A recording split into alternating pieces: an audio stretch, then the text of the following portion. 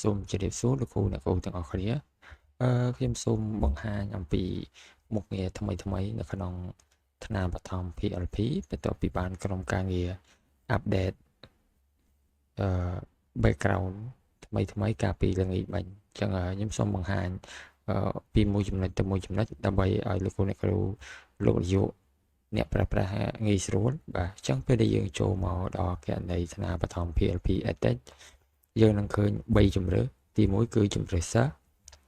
ជម្រើសគ្រូបង្រៀននិងជម្រើសថ្នាលគ្រប់គ្រងអញ្ចឹងខ្ញុំសូមបង្ហាញមុខងារជម្រើសសិស្សហ្នឹងគឺតើតើអំពីអីគឺរៀនសូត្រធ្វើលំហាត់ធ្វើតេស្តនិងប្រឡងអញ្ចឹងលោកគ្រូចុចលើសិស្សមកលោកគ្រូនឹងឃើញ3ថ្នាលបឋមជំនាន់ថ្មីសម្រាប់បង្រៀននិងរៀនឯសិស្សសម្រាប់ចូលរៀនឯគ្រូសម្រាប់ចូ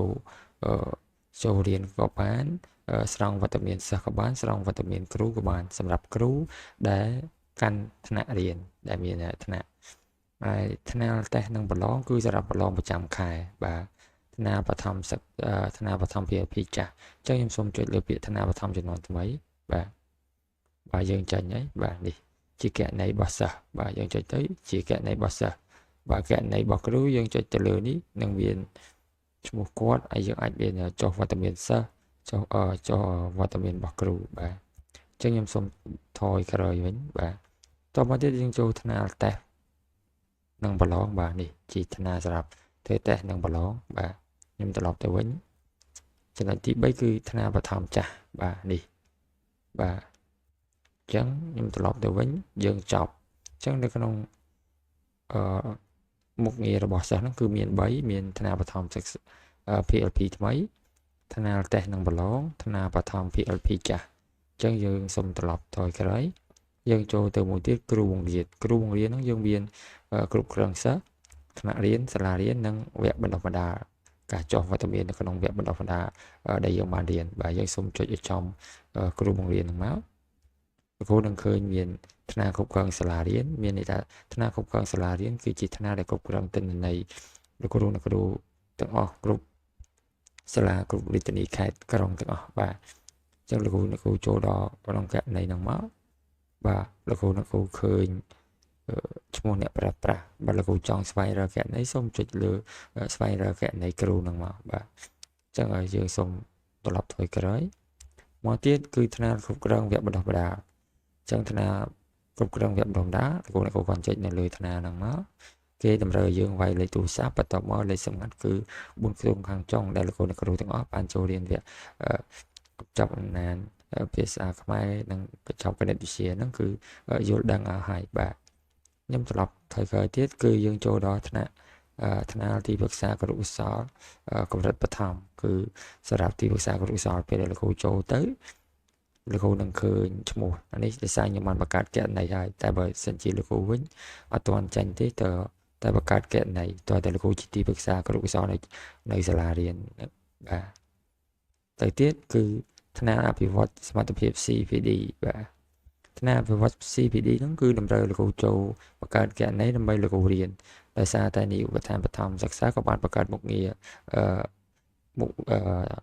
គេហៅថាថ្នាក់មួយគឺតើតើនឹងបឋមសិក្សាមានចប់ណានអញ្ចឹងលោកគ្រូអាចចូលនឹងទៅបាទអញ្ចឹងយើងត្រឡប់ថយក្រោយវិញសម្រាប់គ្រូបង្រៀនយើងមានចំនួន4គឺថ្នាក់គ្រប់គ្រងសាលារៀនហៅថា SMS ថ្នាក់គ្រប់គ្រងវគ្គបណ្ដុះបណ្ដាល TMS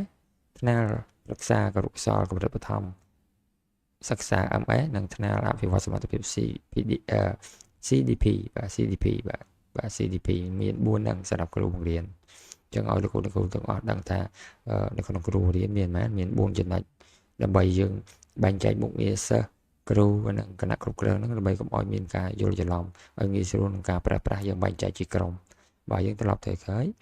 យើងចូលគណៈគ្រប់គ្រងឬក៏នាយកសាលានិងប្រព័ន្ធហ្នឹងយើងចុចទៅយើងឃើញមានចំនួន3គឺប្រព័ន្ធគ្រប់គ្រងស្តង់ដារសាលាគំរូបាទចុចមកបាទវានឹងចូលបាទបន្ទាប់មកទៀតយើងចូលប្រព័ន្ធគ្រប់គ្រងថ្នាល PAP ថ្មីកន្លែងថ្នាលគ្រប់គ្រង PAP ថ្មីសូមបញ្ជាក់ថាយើងចូលបានតែគ្រូបន្ទុកថ្នាក់ទេបាទគណនីគ្រូបន្ទុកថ្នាក់ដែលយើងប្រើនៅក្នុងថ្នាលបឋម PAP ថ្មីហ្នឹងគឺលេខកូដនិង password លេខសម្ងាត់ឈ្មោះអ្នកប្រើប្រាស់នឹងដាក់ចូលមក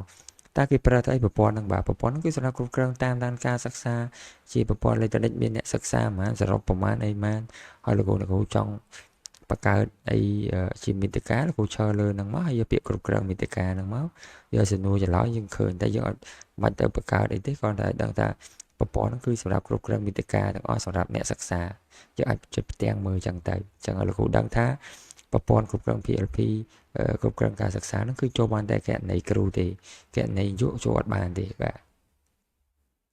មួយទៀតគឺថ្នាលគ្រប់គ្រងគណនីចាស់ថ្នាលគ្រប់គ្រងគណនីចាស់គឺជាថ្នាលគ្រប់គ្រងរបស់នាយកសាលាដែលអាចចូលទៅមើលគណនីរបស់គ្រូប៉ុន្តែជាគណនីគ្រប់គ្រងប្រព័ន្ធចាស់ PLP ចាស់ទេតែយើងអាចដឹងលេខសម្ងាត់password របស់គ្រូបង្រៀនបាទខ្ញុំសូមត្រឡប់ថយក្រោយវិញអញ្ចឹងខ្ញុំសូមត្រឡប់ទៅទាំងអស់ហើយដើម្បីជារួមនៅក្នុងថ្នាក់បឋម PLP ក្រុមការងារបានបែងចែកជា3ក្រុមសិស្សក្រុមគ្រូបង្រៀនថ្នាក់គ្រប់គ្រងបាទថ្នាក់គ្រប់គ្រងឬក៏គណៈគ្រប់គ្រងដើម្បីឲ្យងាយស្រួលបែងចែកឲ្យដាច់ពីគ្នាថាបើសិនជាសិស្សគាត់ត្រូវចូលមួយណាបាទបើសិនជាសិស្សឬក៏គ្រូគាត់ចូលអាចមើលជាផ្នែកបាទជាគ្រូរបស់គាត់គឺនៅក្នុងនេះបាទអញ្ចឹងមាន4ហើយសម្រាប់គណៈនាយកមានប៉ុន្មានបាទគណៈនាយកឬក៏ថ្នាក់គ្រប់គ្រងផ្សេងគឺមាន3បាទអញ្ចឹងហើយសូមលោកគ្រូពិនិត្យនិងយល់កាន់តែច្បាស់ដើម្បីប្រើប្រាស់ឲ្យមានប្រសិទ្ធភាពងាយស្រួលកុំឲ្យមានការភ័ន្តច្រឡំដល់ពេលសិស្សសានុសិស្សគាត់ប្រើតែជាចូលគ្រូបរៀននាយកមកគ្រូបរៀនដែរអញ្ចឹងឲ្យដឹងថានេះជាសិស្សនេះជាគ្រូបរៀននេះជាថ្នាក់គ្រប់គ្រងបាទអញ្ចឹងវីដេអូរបស់ខ្ញុំណែនាំមានតែប៉ុណ្្នឹងទេនិងសូមគោរពអរគុណនិងសូមជម្រាបលា